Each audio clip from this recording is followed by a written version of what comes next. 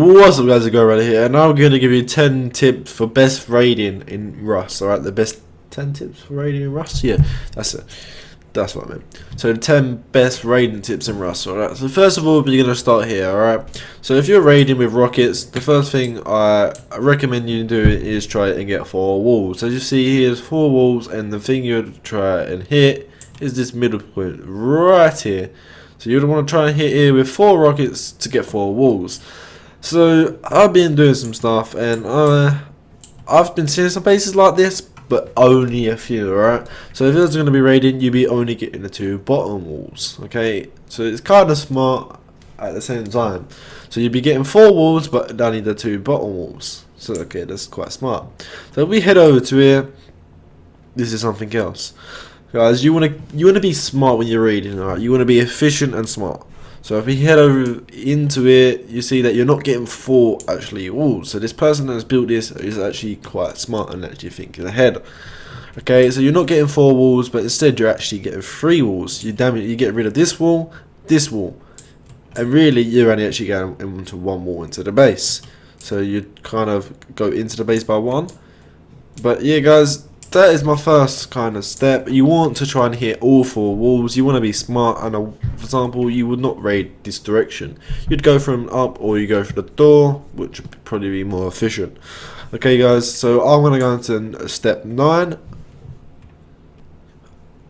Okay guys, so if you see step 9 here, and people, when they're raiding sheet metal doors, they use 2 rockets, and it's really annoying, or they use a C4. You do not want to use a C4. You either want to use satchel charges, which is a lot cheaper, or you want to use 1 rocket and some explosive ammo, because that is so cheaper than using 2 rockets in a C4. Alright, so that's kind of my step 9. I know it's not amazing and like tell people a load of stuff, but yeah, guys, people need to do that because it's really annoying and it's really efficient. So guys, I'm going to step on to step 8. Alright guys, so this is step 8. So recently the Rust devs have actually added this trap here. It was a couple of months ago, and this is a shotgun trap. Basically, if you get encountered into raiding or you find these in a base, it's really cheap to actually get rid of. All you got to do is use 31 explosive ammo. So I got 61 explosive ammo. After I've used it, I should have 30 explosive ammo. Okay, let's go. Okay, if it was kind of freeze.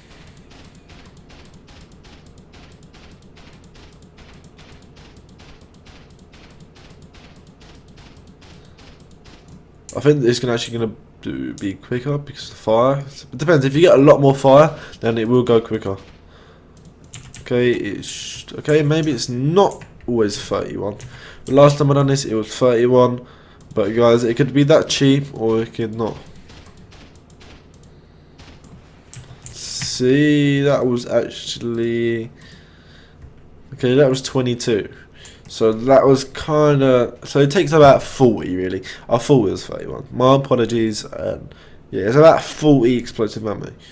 Alright guys, so what I'm going to do, I'm going to head over to step 7 and yeah, step 7 is something really big, right? So you got to make sure you got to watch step 7. Hey guys, this is step 7. So basically, tool cupboards, alright? We're going to talk about tool cupboards. Tool cupboards go at 9, okay? So as you see, just have 9 foundations here. I don't know 9 foundations you can place it. Okay, I'll place it there for example, and it took me out of no clip. So let's no clip again.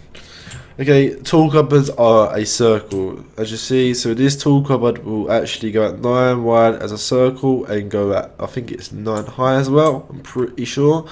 So this goes as a circle. So when you think about it logically, this tool cupboard is going to go out this way, and the furthest it's going to go is here as a circle. So when you're raiding, you do not want to destroy that middle tool cupboard in the middle of the base if they got tool cupboards outside, because what's going to happen is this tool cupboard over here is going to take control of the base, even though it's outside, and it will take the control. And if you have one here and one here and one here, it's going to take control of the whole of this base here, because tool cupboards work as a circle and they go 9 out. So logically, this tool cupboard is going to go like clip back into literally here, and so is this one, and so is this one.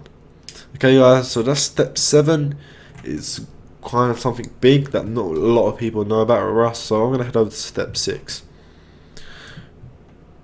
Alright guys, this is step 6. So if you're raiding and you don't actually have enough resources or anything, or some reason, or you don't have enough resources to place a door but you have stone and wood, place a low wall. Okay guys, upgrade it to stone, wood, whatever you can. But whatever you do, it's going to stop the person that lives there, or of whatever you want, someone that's flanking or counter raiding, is actually going to stop them from repairing the base. Because when you think about it, they can't place a wall here. They can't place a wall here at all. They can't place a doorway here because there's actually a wall there.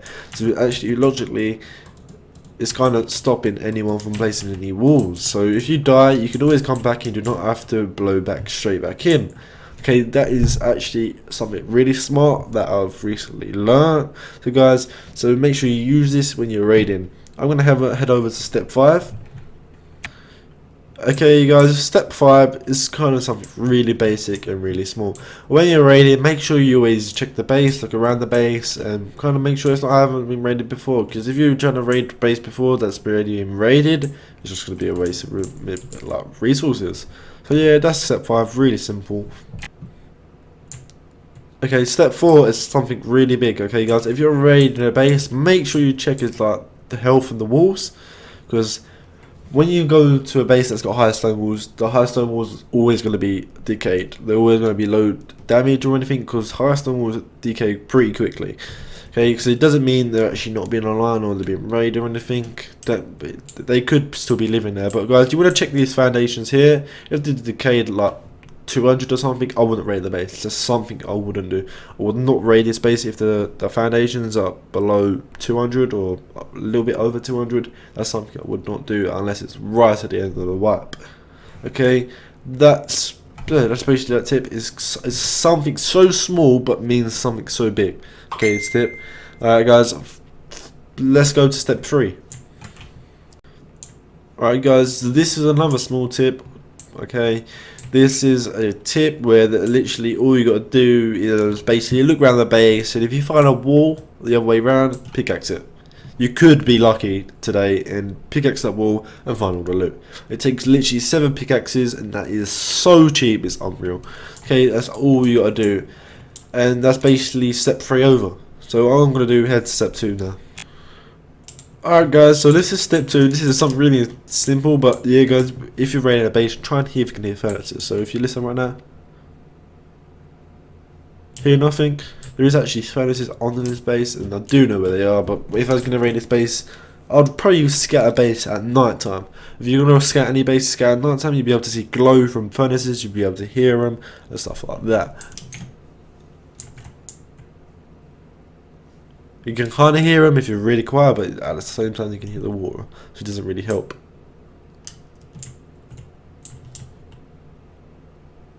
I can hear them a lot more here, so what I would do, I would actually blow here. But yeah, that's a really simple tip, but it really helps in Rust. These are really simple tips that help new people in Rust, and I hope it helps everyone. So I'm going to go to the last tip, because this tip is quite big. Okay guys. Okay guys, I'm at step 1, and if you didn't know about this step yet, but you actually can see through sheet metal from this gap here. There's a little gaps, but my game is not actually showing it right now, but not normally. I'm not sure if they patched it or something. Yeah, no, they haven't. It's because my game. As you see here, you can actually see inside. So if there's any chest in this side of this base, you'll be able to see. I'm not sure what's up with my game right now, but it's a bit choppy, and it's literally, as you see here, you can see through here. So if there's any boxes in there, I would be able to see them. And I'm like, okay, let's use T4 and blow into there. Okay, so literally that is a big tip if you can do it with sheet metal. So guys, if this top 10 raiding tips helped you out, make sure you slap a like, make sure you subscribe, and make sure you check out some people in the description. It helps them a lot and helps me a lot guys. Thanks for watching, and this is Brandon.